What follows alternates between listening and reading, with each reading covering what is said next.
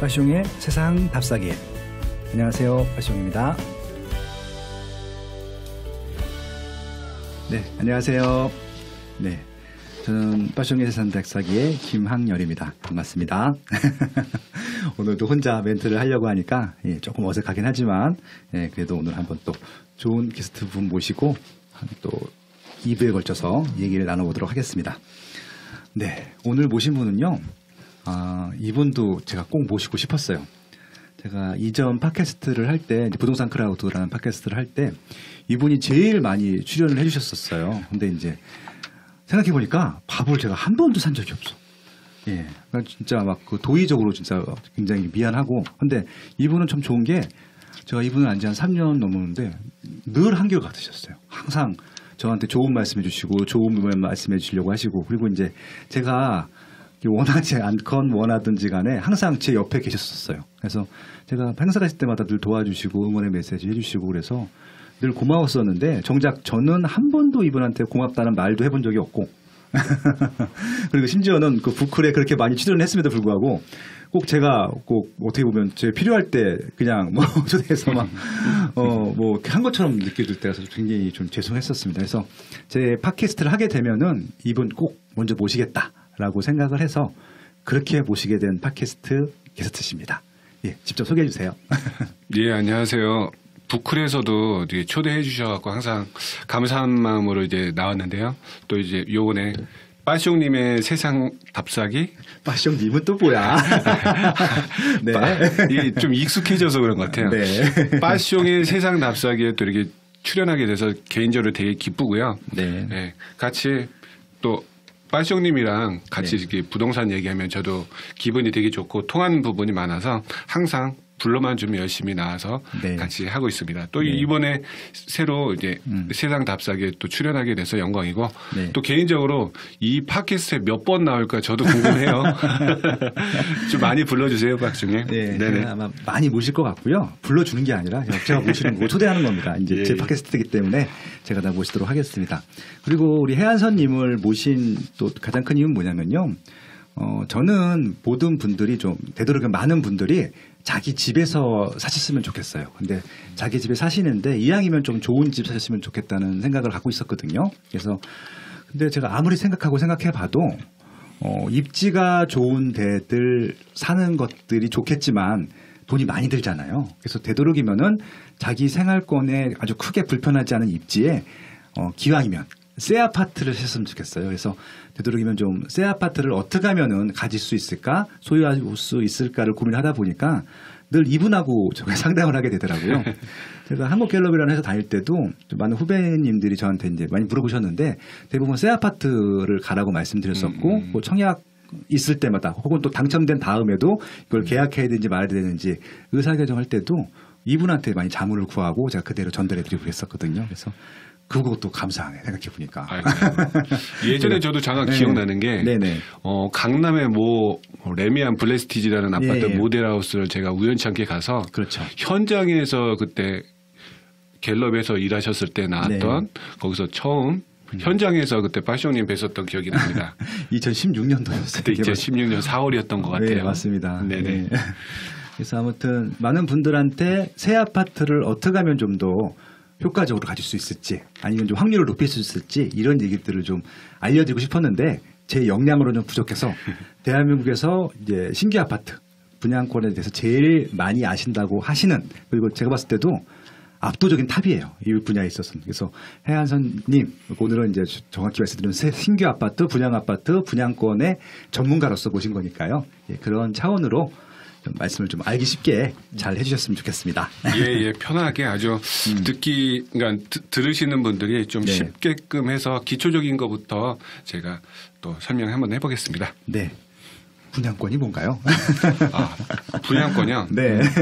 특히 우리가 많이 관심을 갖는 게 또 아파트지 않습니까? 아파트 분양권. 그렇죠. 제가 생각하는 분양권은 굉장히 종류가 많은 것 같아요. 네.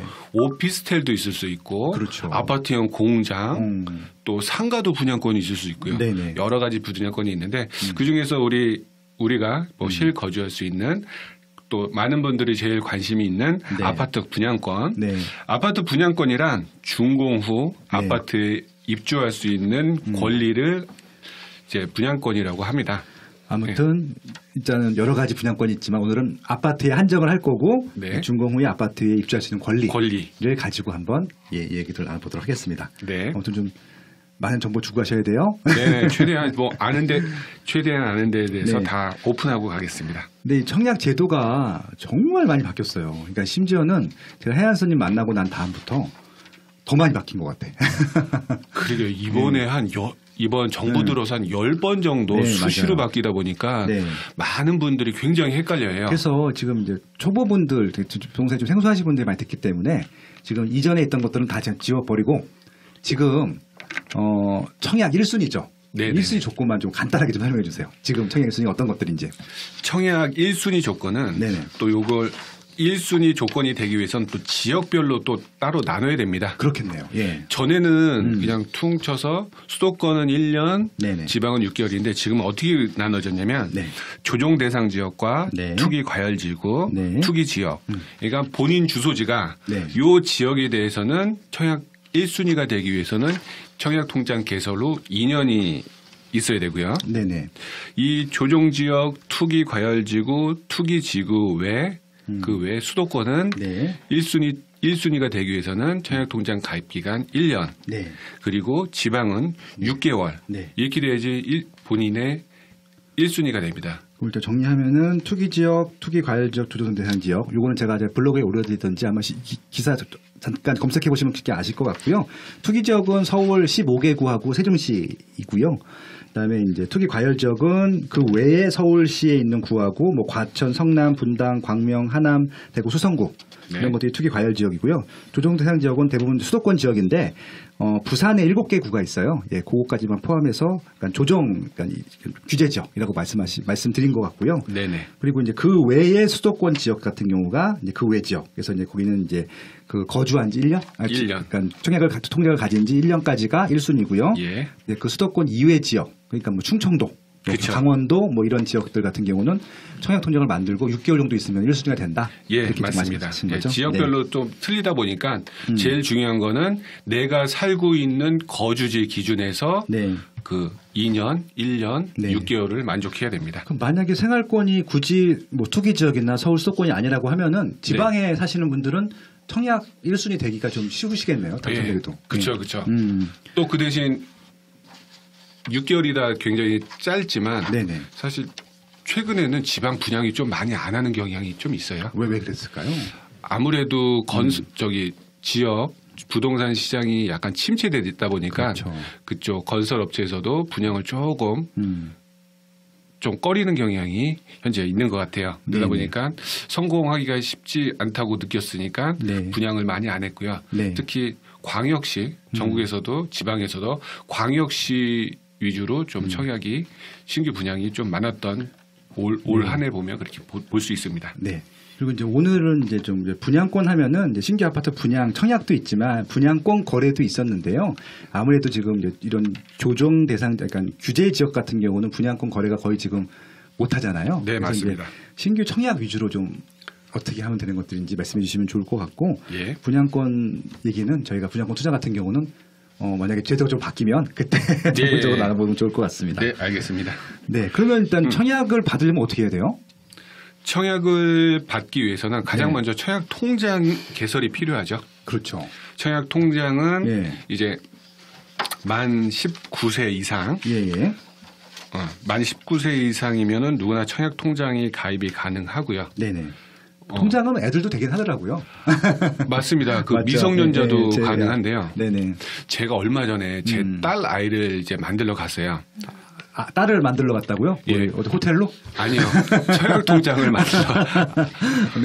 순간 당황했는데 훅 들어와서. 딸아이와 청약 통장을 만들러 갔는데 은행에다 전화를 했어요. 제 딸아이를 청약 통장을 만들 겁니다. 뭐가 필요합니까? 그러니까 은행에서 저한테 그 얘기를 하더라고요. 주민등록 초본을 갖고 오라고 그래서 초본을 준비해서 은행을 갔더니 거절이 됐어요. 왜요? 서류가 굉장히 많이 필요하더라고요. 미성년자 가입할 때요? 그래갖고 뭐 본인 증명서라는 거, 또 부모, 뭐 자식, 초본 여러 가지 그 서류를 띄라고 해갖고 네. 못 만들긴 했는데 네. 사실 미성년자가 만들면은 큰 의미가 없어요. 그렇죠. 어차피 청약 신청을 못 하니까. 청약 신청도 못 하고 네. 우리 청약 통장을 가입하면 가점제가 가잖아요. 그렇죠. 가점제에서 네. 그 가입 기간이 인정이 안 돼요. 그렇죠. 이게 언제부터 가입 기간이 인정되는 건가요, 그러면? 그거는 만 17세부터 인정이 되어 있기 때문에 네네. 만 나이로입니다. 만 네. 나이로 17세부터 인정이 되기 때문에 네. 이왕이면 만 네. 17세 만드는 게 가장 효과적인 것 같아요. 그리고 이게 또 세대주가 된 다음부터 가상이 또 되는 건가요? 아, 그건 아닙니다. 그건 아니고요. 예. 네. 그러면 일단 만 17세부터 가입을 했다고 하면 그때부터 1년차, 2년차가 되는 거예요? 그렇죠. 가점이 한 점씩 올라가죠. 네. 통장 네. 가입 기간이. 네. 그래서 그게 최대 몇 점까지 되는 거예요, 그럼? 그 부분은 네. 가입 기간은 네. 총 15년 이상에서 네. 17점이 되고요. 그게 만점인 거죠? 그렇죠. 네. 17점 만점이 되고요. 네네. 근데 미성년자 입장에서는 네. 무주택 기간은 없어요. 그렇죠. 왜냐하면 만 30세부터 내지는 만 30세 이전에 결혼했으면 결혼 혼인신고일 기준부터 네. 무주택 기간이 인정되기 때문에 솔직히 미성년자가 무주택 기간은 없다고 봐야 되고요. 지금 일단은 그러면 지금 청약 통장 만점이 몇 점이죠? 만점은 84점입니다. 84점에서 지금 무주택 기간이 32점. 무주택 기간이 32점. 그다음에 부양가족 수가 35점. 35점. 네. 그리고 청약 통장 가입 기간이 예. 17점에서 총 84점이고요. 그렇구나. 예. 그런데 요번에 뉴스가 네. 나왔는데 네네.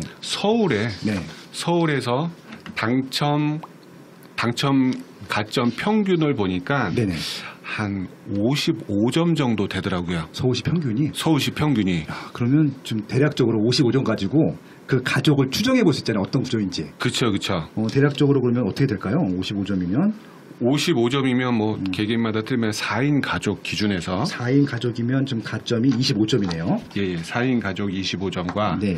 25점이 아니죠. 4인 가족이면은 부양 가족 수니까 그쵸? 20점이네요. 20점. 3명까지니까. 예. 20점이고 그리고 그럼 35점이 남고 무주택 기간은 한 8년 잡죠? 8년? 8년 잡으면은 지금 18점. 18점. 네. 그러면 합이 38점 네, 그렇게 나오거든요. 정도 되죠. 38점. 예, 대부분 청약 저축 가입 기간 같은 경우는 이제 어렸을 때부터 젊었을 때부터 하게 되면 대부분 만점을 채울 것 같은데 그렇죠. 그렇죠. 문제는 지금 무주택 기간과 그 부양 가족 네네. 부분들이기 때문에 네네. 예, 이 부분들이 아까 하신 대로 미성년자 같은 경우는 이게 무주택 기간 같은 경우는 세대주의해야 되는 것들이잖아요. 그러니까 의미가 없다는 말씀이시죠. 그렇죠. 무주택 기간은 미성년자는 전혀 안 잡히기 때문에 그렇죠. 의미가 없습니다. 그렇겠네요. 예. 야, 그리고 이게 부양 가족 수가 6명 이상이면 35점인데 굉장히 크네요. 이 점수가 제일 크네요. 예, 맞습니다. 이 35점을 채우기 위해서 예. 뭐 예를 들어 예.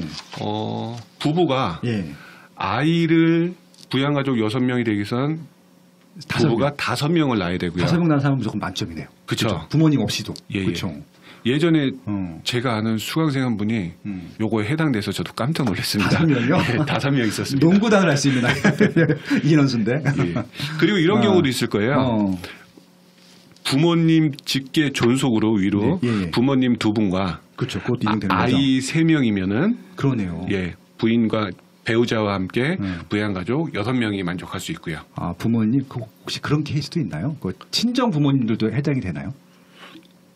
예, 같이 거주하면 예. 해당이 됩니다. 그러면 양가 부모님들 다 모시면 네 명이 되는 거죠, 부양 가족이. 그렇지만 또 이게 쉽게 되는 게 아니고 네. 같은 주민등록 등본상에 3년 이상 거주를 3년. 해야지만이 가능합니다. 사돈댁끼리 3년 살기는 좀 힘들겠네요. 네, 그렇죠. 네. 그럼 결국은 아이를 많이 낳는 게 가장 좋은 방법이네요. 그렇죠, 그렇죠. 아이 부양 가족 수도 굉장히 중요하고 네. 또 이 무주택 기간이 굉장히 큰 포지션을 차지합니다.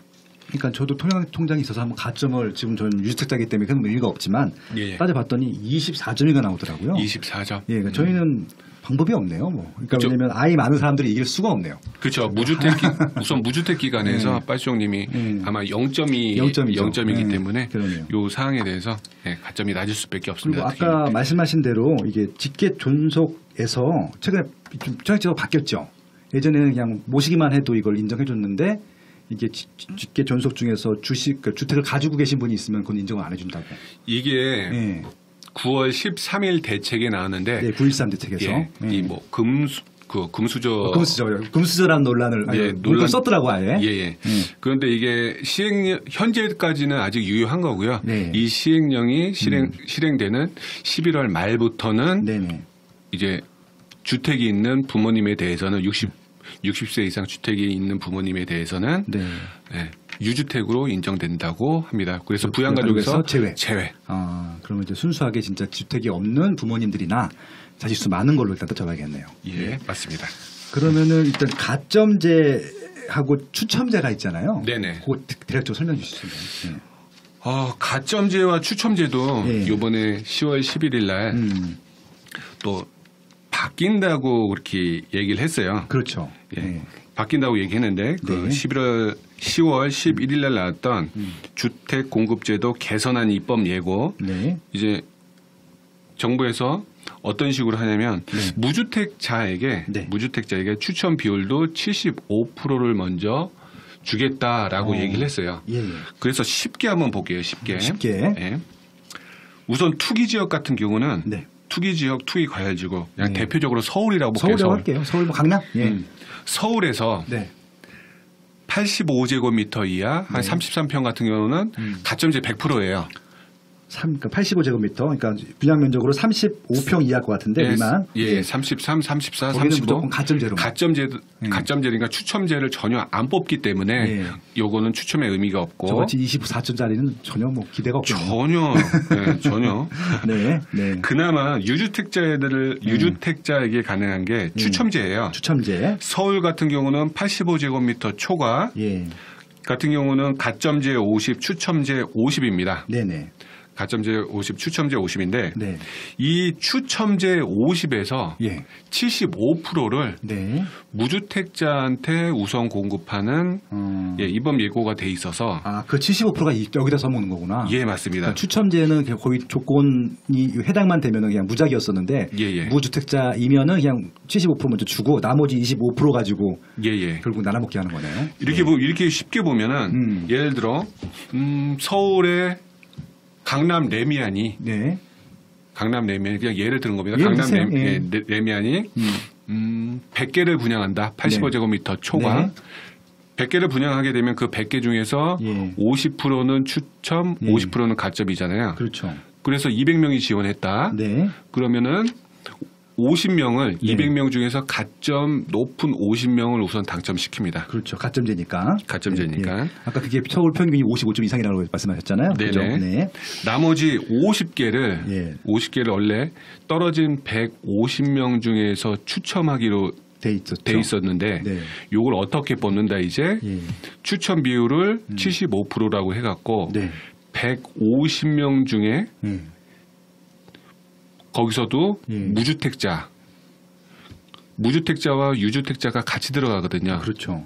그중에서 무주택자를 150개의 75%에 되는 수량에 대해서 먼저 당첨시키고 그 나머지 분량에 대해서는 유주택자와 그 떨어진 무주택자에서 뽑기로 추첨으로 뽑는데 사실 이렇게 되면 유주택자 입장에서는 당첨 확률이 굉장히 줄어듭니다. 그러네요. 거의 희박하다고. 한 명도 안 나올 수도 있겠네. 특히 서울 같은 경우는 그 큰 평형이 조합원들이 굉장히 많이 가져가서 실질적으로 일반 분양 물량이 작거든요. 요즘은 강남권 같은 경우는 20평, 30평대가 일반 분양분이고 조합원들은 다 40평대 이상 갖고 왔어요. 강북도 마찬가지로 큰 평형도 최근에 큰 평형도 보면 뭐 5개.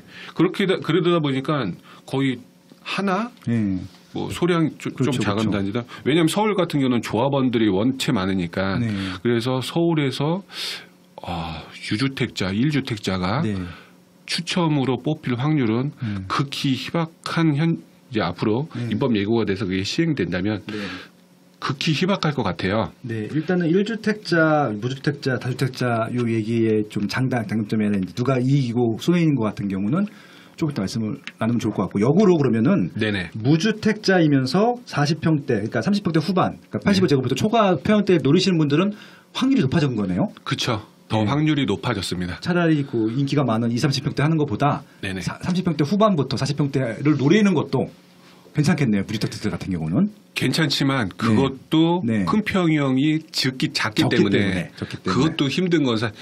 그래서 유주택자는 거의 뭐 바늘에 뭐 그렇죠. 그렇죠. 그 바늘구멍으로 나타가 들어가는 것도 힘들다. 예, 그 정도로 힘들고 그래도 유주택자는 살짝 무주택자에게는 추첨으로 아주 낮은 확률로 존재는 하고 있습니다. 그 확률이 되게 극히 작아요. 빠숑의 세상 답사기.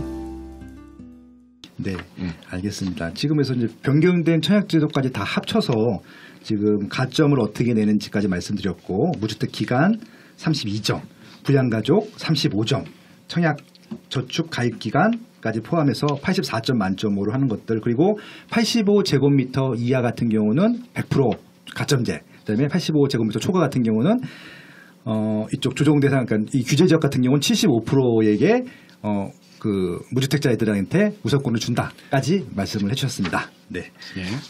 그러면은 지금 이쪽에 그 규제 대상 지역들, 그러니까 투기 지역, 투기 가열 지역, 조정 대상 지역에서 1주택자들이 청약, 그러니까 소위 말하는 갈아타는 수요. 네. 이런 분들은 어떻게 해야 돼요, 그러면? 사실 요번 대책이 나오고 나서 1주택자들의 반발이 굉장히 심한 것 같아요. 제일 피해자인 것 같아요. 제가 봤을 때는. 다주택자들이 그렇다 치지만. 그렇죠. 조정 대상 지역, 투기과열지구, 투기 지역에 대해서는 1주택자가 신규 분양을 받기가 굉장히 힘들다고 저는 개인적으로 생각해요. 미분양이 나기 전까지는 힘들겠네요. 그렇죠. 미분양이 전까지는 힘들고 그리고 최근에 보면은 이 조정 대상 지역, 그냥 통틀어서 이 조정 지역에 대해서는 분양도 거의 없었어요. 더군다나 또 없었죠. 최근에 또 조건을 까다롭게 하는 데 밀렸죠 많이. 서울 같은 경우는 밀리고 경기도에서도 이 조정 지역은 특히 분양을 많이 안 했어요. 그러다 보니까 이 신규 분양을 받고 싶은 수요분들이 계속 좀 답답해하는 것 같아요. 계속 기다리는데 분양은 안 하고 조건은 또 까다로워지고 그래서 또 정부에 대한 많은 불만이 곳곳에서 터져 나가는 것 같아요. 뉴스를 봐도 그렇고. 사실상 원천적으로 봉쇄된 느낌이 들고요. 특히 다주택자나 1주택자들이. 그렇다고 이분들이 분양권을 꼭 새 아파트를 가기 위해서 프리미엄을 주고 사는 방법도 있거든요. 사실. 그렇죠. 근데 이것도 정부에서 막아놨죠. 그렇죠. 2016년 11월 3일 대책부터 2017년 6월 19일 대책해갖고 사실상 전매 제한을 금지시켰거든요. 그렇죠. 조정 대상 대부분 지역에 대해서.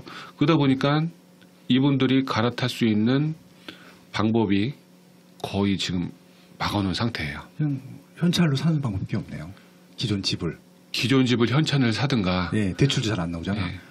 아니면 입주권을 사는 것도 방법인데. 근데 그것도 문제예요. 그것도. 어떻게 문제인가요? 그건? 파는 사람 입장에서 양도세가 이 조정지역 투기과열지구 투기지역의 양도세율이 또 높아졌지 않습니까? 그렇죠. 그러다 보니까 파는 사람이 양도세 때문에 또 못 파는 케이스가 있고 그러다 보니까 살 수도 없고 팔 수도 없고 지금 분양권 거래 자체도 이 조정지역에 대해서는 극히 일부만 일어나고 정부가 팔지도 못하게 살지도 못하게 꽁꽁 막아둔 현상입니다. 지금 현재. 그러네요. 지금 살 수도 없고 그러면은 이게 시장이 거래가 돼야지 정상적으로 운영이 될 텐데 그러면 새 아파트를 희망하시는 분들은 어떻게 해야 될까요?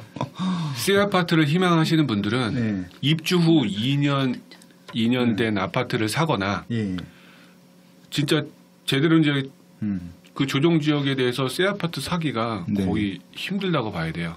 그래서 입주 후 2년이면 뭐 실거주자들의 비과세 나오는 물건인 양도세 비과세 물건이든가 그때 좀 풀리면 그때 왜 이제 그 전에 분양권 상태에서부터 입주 후 2년 전까지는 사기가 사실상 좀 어렵네요. 아이고 희망적인 메시지 좀 주셔야 되는데. 하지만 요 지역 외에 비조정 지역 같은 경우는 물건도 많고 분양을 받을 수 있는 특히 무주택자나 유주택자도 분양을 받을 수 있는 그 기회가 많으니까 뭐 대출도 나오도록 하죠. 그렇죠. 대출부터 시작해서 비조정 대상 지역 같은 경우는 수요가 좀 적잖아요. 인기가 없는 지역이 많고. 맞습니다. 아무래도 요 지역보다는 정부가 그 핵심 지역에 대해서는 부동산 열기가 너무 뜨겁다 보니까 그냥 어떻게 하지도 못하게 그냥 꽉 잡아놓은 상태라 선의의 피해자가 또 갈아타려고 하는 선의의 피해자와 또 가점이 낮은 무주택자들이 약간 피해를 보는 것 같아요.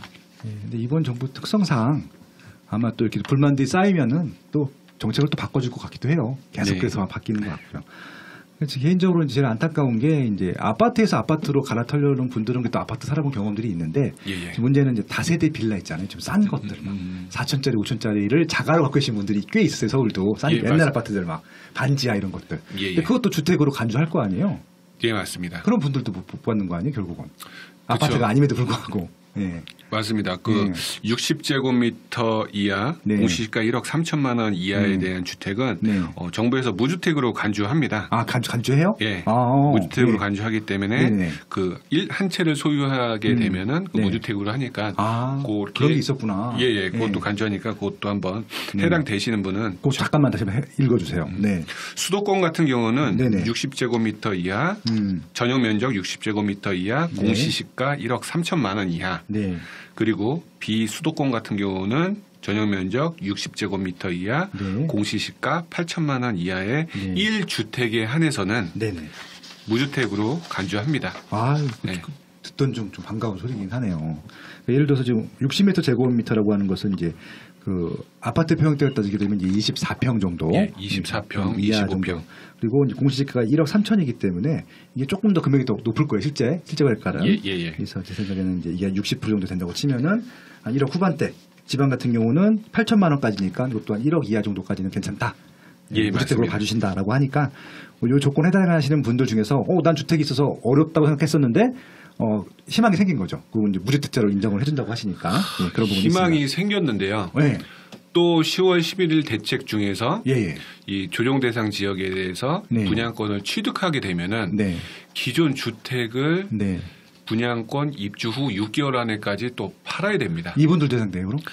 그렇죠. 이게 1주택 어차피 무주택으로 간주한다고 해도 주택을 소유하는 1주택이기 때문에 그래서 또 최근에 그 굉장히 논란이 있었습니다. 3년 뭐 징역 이런 얘기 나오는 그러니까 자세히 보면 이제 이게 굉장히 저는 이 대책을 보고 깜짝 놀랐는데요.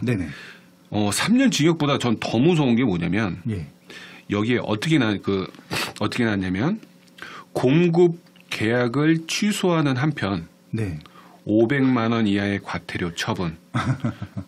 공급 계약을 취소한다고 그랬거든요. 여기 보면 공급 계약을 취소하는 한편이면 엔드거든요. 오화가 아니고.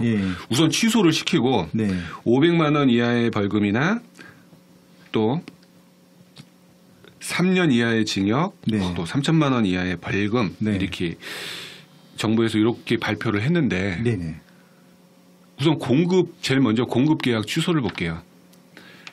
제가 분양을 받고 제가 예를 들어 60제곱미터 이하 주택이 한 채 있었다고 칠게요. 있는 상태에서 제가 분양을 받았습니다. 조정 지역에. 분양을 받았는데 이제 저는 이제 팔라고 했겠죠. 근데 노후화된 뭐 빌라나 반지하라 못 팔 수가 있잖아요, 사실. 그렇죠. 못 팔 수가 있어서 결국 입주 기간을 채우고 처음에 이제 분양을 받게 되면 입주 기간이 있거든요. 입주 기간은 입주 시작일부터 2달까지는 그렇죠. 보통 2달 정도 주시죠. 입주 기간이 돼서 이사할 수 있는 기간이 되고 그 후는 이제 그 후부터는 이제 4개월이라는 기간이 한정되거든요. 그런데 제가 만약에 그 6개월 동안 기존 집을 못 팔고 기존에 있던 분양권을 제가 직접 받아서 등기를 쳤다.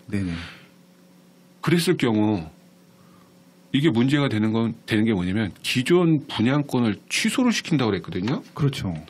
그런데 제가 등기를 쳤기 때문에 이 소유권은 저한테 온 거거든요. 그래서 이걸 어떤 식으로 처분할까? 정부에서는 계약 취소라는 얘기를 했으니까 이것도 좀 문제의 소지가 있어 보여요. 그러네요. 이게 지금 디테일하게 들어가면은 이게 지금 적용된 사례가 없기 때문에 어떻게 구현할지는 정확히 예상이 안 되지만 말씀드린 등기를 친 거네요. 등기를 친 상태에서 이거를 무효화하게 되면은 공급 계약을 취소하는 한편이라고 그랬거든요. 그렇게 되면은 뭐 취등록세도 냈을 거고, 그쵸. 법무사비도 들어갔을 거고, 그쵸. 이런 것들에 대한 보상은 당연히 안 나올 거고. 이래서 그게 더 크겠네. 정부가 이거를 뭐 경매로 처분한 데등 이런 아직까지도 안 나는데 약간 이게 말이 좀 제 개인적으로 말이 안 됐어요. 예. 그리고 이제 아까 말씀드린 그 무주택으로 간주했던 것들도 주택으로 본다는 얘기잖아요. 원칙적으로는 보죠. 근데 문제는 그런 주택들은 잘 안 팔리는데. 거의 안 팔릴 거예요. 반지하 이런 것들이요. 맞습니다. 저도 그 생각합니다. 가격이 낮다고 해서 나가는 게 아니거든요. 그거는. 그리고 사실 제가 분양을 받았다고 해도 보통 갈아타는 뭐 기존 집을 팔 때도 사실 입주하기 3-4달 전에 집을 내놓고 그 집이 팔리면 그 잔금 갖다 신규 아파트를 들어가는 게 보통이잖아요. 그렇죠. 근데 분양 받을 때부터 사람들은 겁을 먹을 것 같아요. 이걸로 어떻게든 빨리 팔아야 돼서 내놓는다고 그래서 내놔서 팔려도 우리 아파트 짓는데 2년 6개월이나 3년 걸리는데 뭐 중간에 아파트 입주를 뭐 한 8개월 내놓고 팔렸다. 그럼 8개월은 또 어디서 살아야 되는지. 단기 임대해야겠네요. 비싸겠네. 단기 임대를 해야 되는지 아니면 뭐 요거를 짐을 이삿짐에 막 보관놓고 뭐 딴 집 요것도 되게 불편한 사항이. 그러니까 되게 좀 뭐가 어색하네요. 이게 신규 분양을 받아서 이사 가는 과정이 뭔가 좀 자연스럽지 않고 그게 좀 어색하다는 생각이 갖고 드네요. 저도 저도 그런 생각이 듭니다. 그래서 어차피 여기서도 이 시행령에서도 관계 부처와 협의 후 여기 딱 보면은 관계 기관 협의하고 법제처의 심사를 거쳐서 뭐 11월 말에 다시 공표한다고 했으니까 또 정부에서도 이런 여러 가지 사항을 알기 때문에 아마 좀 변경 수정을 해주지 않을까 하는 기대를 갖고 있습니다. 전 개인적으로. 이 방송을 아마 들으실 것 같아요. 많은 관계자분들이 꽤 많이 들으시더라고요. 그래서 저도 좀 가끔 이렇게 정부의 좀 제 정책에 도움이 될 만한 제안들을 많이 하고 계시니까요. 좀 들어주시고 이런 디테일한 부분들은 어떻게 해소해 주실 것인가를 좀 고민해 주시고 좀 디테일하게 좀 정책을 좀 채워주셨으면 좋겠습니다. 네네. 그리고 좀 또 하나 좀 이제 많은 청약 초보자분들을 위해서 팁이 좀 있잖아요. 네네. 무주택자들을 위해서 그냥 특별 공고. 그것도 대략적으로 조금 이제 좀 알려주시면 좋을 것 같아요. 특별 공급에 대해서 한번. 우선 특별 공급 같은 경우는 모두 다 해당되는 게 아니고 그렇죠. 그 각 특별 공급 사항에 해당되시는 분이 그 특별 공급을 써서 이제 기존에 있던 특별 공급에 해당되는 분들이 그 특별 공급에 해당되는 분들이 그 조건만 만족하면은 특별 공급을 써서 좀 더 쉽게 당첨될 수 있는데요. 그 특별 공급이 여러 가지 조건이 있습니다. 저는 항상 특별 공급을 보면서 생각했던 게 뭐냐면 나라에서 뭐 약자나 내지는 사회 공헌한 분들한테 주는 특별한 혜택이라고 생각해요. 대표적으로 노부모 특별 공급 같은 경우는 노부모를 모셨던 그 효자한테 주는 상이다라고 개인적으로 생각하고요. 효자한테 주는 상. 그렇죠. 기관 추천 특별 공급 같은 경우는 각 기관에서 추천하는 뭐 사회적 약자인 장애인, 나라를 위해서 뭐 노력하고 헌신해 주셨던 국가유공자, 또 장기 복무군인, 또 중소기업을 오래 다녔던 중소기업 근무자한테 주는 특별 공급이고요. 또 다자녀 특별 공급이 있습니다. 다자녀 특별 공급은 또 최근에 저출산 문제가 또 사회적 이슈로 이슈되다 보니까 이 자녀들을 많이 낳은 다자녀에게 우선 공급 기회를 주고요. 또 신혼부부 특별 공급, 또 신혼부부에 처음 결혼해서 신혼에 해당되는 분한테 특별 공급을 주는 제도가 있고요. 또 생애 최초 특별 공급. 생애 최초도 있어요? 여태까지 집을 한 번도 산 적이 없는 그분들한테 주는 생애 최초 특별 공급이 있고요. 또 이전 기관 종사자 특별 공급이라고 해갖고 또 정부에서 뭐 국책기관을 지방으로 이전시켰을 때 그때 이전하는 분들한테 그 지역에 분양하는 아파트에 대해서 특별 공급을 받을 수 있는 기회를 뭐 혁신도시나 세종시 이런 것들 맞는 건가요? 그거에 대해서 특별 공급을 주고 있습니다.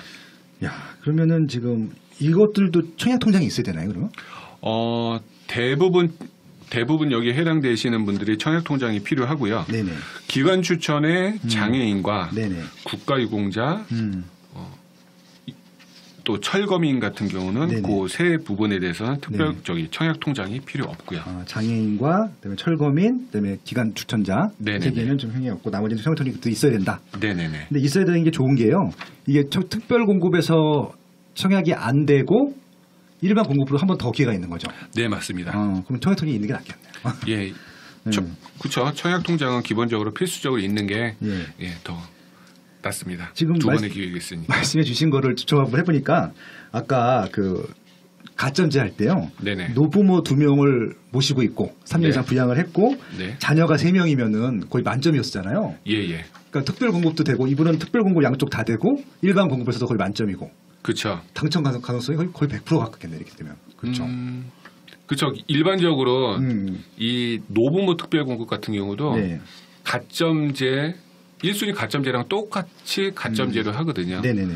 하지만 이 노부모 특별 공급은 그 배정 물량이 굉장히 작습니다. 국민주택은 5%, 민영주택은 3%라서 그 배정 물량이 그렇게 많지 않기 때문에 또 인기단지는 여기도 경쟁력이 꽤 높더라고요. 네, 알겠습니다. 그리고 좀 신혼부부나 아까 지금 제일 관심이 가는 게 어차피 나이가 있으신 분들은 좀 재산적 여력이 되기 때문에 이런 뭐 입지 좋은데 새 아파트들도 당첨을 받을 수 있겠지만 이게 좀 이제 가점이 좀 낮으신 분들 있잖아요. 신혼부부들하고 생애 최초 주택 구입하실 분들은 좀 나이가 어릴 것 같아서 가점제가 보통 안 되기 때문에 이 특별공급 굉장히 관심이 많으실 텐데 이분들은 일단 신혼부부만 조건이 다 되는 건가요? 아니면 좀 다른 조건이 또 있나요? 신혼부부를 보면은 결혼한 1순위 같은 경우는 결혼한 지 7년 이내 그리고 아이가 있을 경우 1순위에 해당이 되고요. 애가 있으면 더 가능한 저 좋은 거죠. 예, 아이가 그러니까 어떤 식으로 뽑냐면 아이 많은 순으로 뽑습니다. 그리고 2순위는 결혼을 하고 아이가 없는 경우 2순위가 되는데 최근에 이게 바뀌었어요. 최근에 이게 바뀌면서 기존에는 5년에서 7년으로 늘어났고 그러다 보니까 신혼부부 특별공급이 엄청나게 늘어났습니다. 이 물량이 많긴 해요. 물량은 지금 건설량의 20%, 민간에서는 건설량이 20%니까 그래도 꽤 많죠. 제일 많겠네요, 이게. 10%에서 늘어났고 공공주택 같은 경우는 30%로 해서 물량이 늘어난 만큼 이 조건이 기존보다 완화가 됐기 때문에 저도 이제 청약 특별공급 경쟁률을 보면 굉장히 치열하더라고요. 근데 잠깐 팁을 드리자면 최근에 서울에서 분양했던 로또 분양 단지들도 이 신혼부부 특별공급에 아이가 한 명 있는 분이 당첨이 됐어요.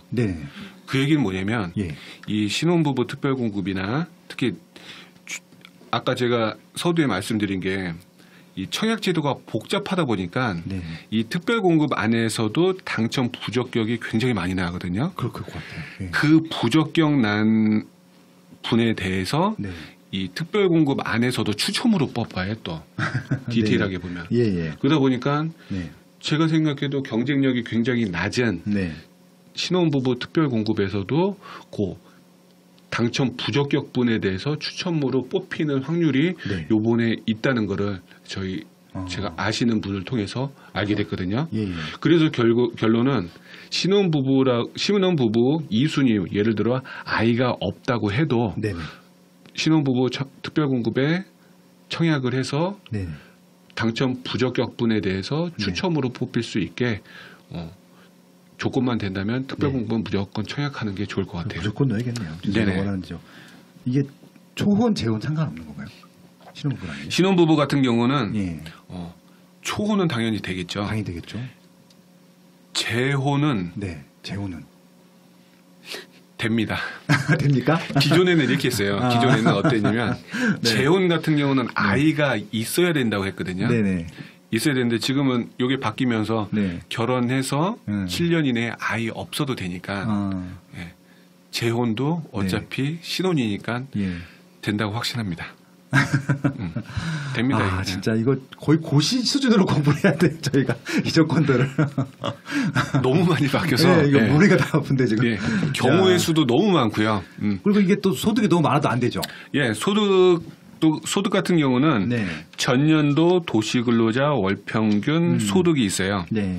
월평균 소득이 있는데 이것도 살짝 복잡하네요. 그렇죠. 우선 민영 기준에서 보면은 외벌이 전년도 도시근로자 월평균 소득 100% 이하인 분과 맞벌이 120% 그분들에 대해서는 신혼부부 특별 공급의 75%를 줘요. 네네, 그렇죠. 예를 들어 신혼부부 특별 공급을 신혼부부 특별 공급분이 100개를 공급한다. 그러면 외벌이 100%, 맞벌이 120%에 해당되는 분한테 75%를 그 사람한테 먼저 주고 네네. 이제 거기서 예를 들어 경쟁력이 많아서 떨어진 사람 있죠. 떨어지면 한번 살짝 내려와서 나머지 25%는 외벌이 100% 초과 120% 이하인 그 구간에 해당되는 분 그리고 맞벌이는 120% 130%에 해당되는 분 그분들과 다시 합쳐져서 경합으로 해서 뽑습니다.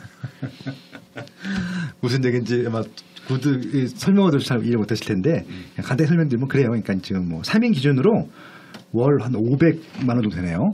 이런 분들한테 75%를 먼저 주는데 만약에 이분이 이제 맞벌이야. 그러면은 그 500을 100%로 했을 때 120%니까 한 600만 원까지 그러니까 우선 공급을 해주겠다는 얘기고요. 이게 넘어가시는 분들도 있잖아요. 살짝 넘어가시는 분들. 130%까지 인정을 하는데 그렇게 되면 이제 또 그런 조건들. 그래서 이제 요거는 표를 봐야 될 것 같아요. 이게 이제 가족 수, 부양 가족 수에 따라서 조금 더 올라가긴 해요. 그런 부분들이 있는데 대부분은 아마 이제 신혼부부들이 있기 때문에 3인 이하가 많을 것 같긴 해요. 그렇죠? 네, 맞습니다. 그러면 이제 제일 좋은 기준은 이제 월 500이니까 연간 한 6천만 원 정도 되겠네요. 그렇죠. 그게 세후가 아니고 세전. 세전이죠. 세전 6천만 원. 여기서 많은 분들이 궁금해하는 게 그러면 이걸 어떻게 확인해야 돼요 하면은 우리 전년도 원천징수 영수증을 띄게 되면은 거기 소득이 있으니까 거기서 12를 나누면 되겠습니다. 그러니까 이제 우리 같이 그 유리지갑이라고 보통 하죠. 각근세를 내시는 분들은 100% 증빙이 되는데 자영업이나 전업투자를 하시는 분들은 안 보여 또 이게. 그러니까 이게 조금 이제 또 직장인들의 또 비애기도 해요. 맞습니다. 증빙을 그냥 저희가 하고 싶지 않아도 해야 되니까 그런 부분들 투명해져야 좋은 사이긴 한데 아무튼 생각보다 이 특별 공급으로 당첨될 가능성들이 있어요. 조건 찾아보시면은 그런 분들은 반드시 좀 챙겨보셨으면 좋을 것 같고요. 정 모르시겠다라고 하시는 분들은 혜연선님 강의 들어보셔도 되게 좋을 것 같아요. 너무 많은 얘기를 했고요. 한 이제 1부는 이 정도 마무리하고 2부 때 좀 제가 개인적으로 궁금한 것들이 많아서 그런 것들 질문하도록 하겠습니다. 2부도 뭐 많은 질문을 빠숑님이 준비하셨는데 그거에 대해서 제가 아는 만큼 답변드리겠습니다. 그 말투가 굉장히 자상하셔서 또 강의를 또 많이 하셔가지고 또나 또 많이 질문을 받으시잖아요. 친절하게 잘 설명해 주셔서 너무 감사하고요. 진짜 아까 처음에도 말씀드렸지만 이왕이면은 신규 아파트 받으시는 게 제일 좋고요. 그런 것들을 통해서 신규 아파트 분양 청약 방법 전략 세우실 때 이 방송이 조금 도움이 되셨으면 합니다. 그러면 잠시 후에 또 2부에서 또 다시 뵙도록 하겠습니다. 고맙습니다. 감사합니다. 빠숑의 세상 답사기.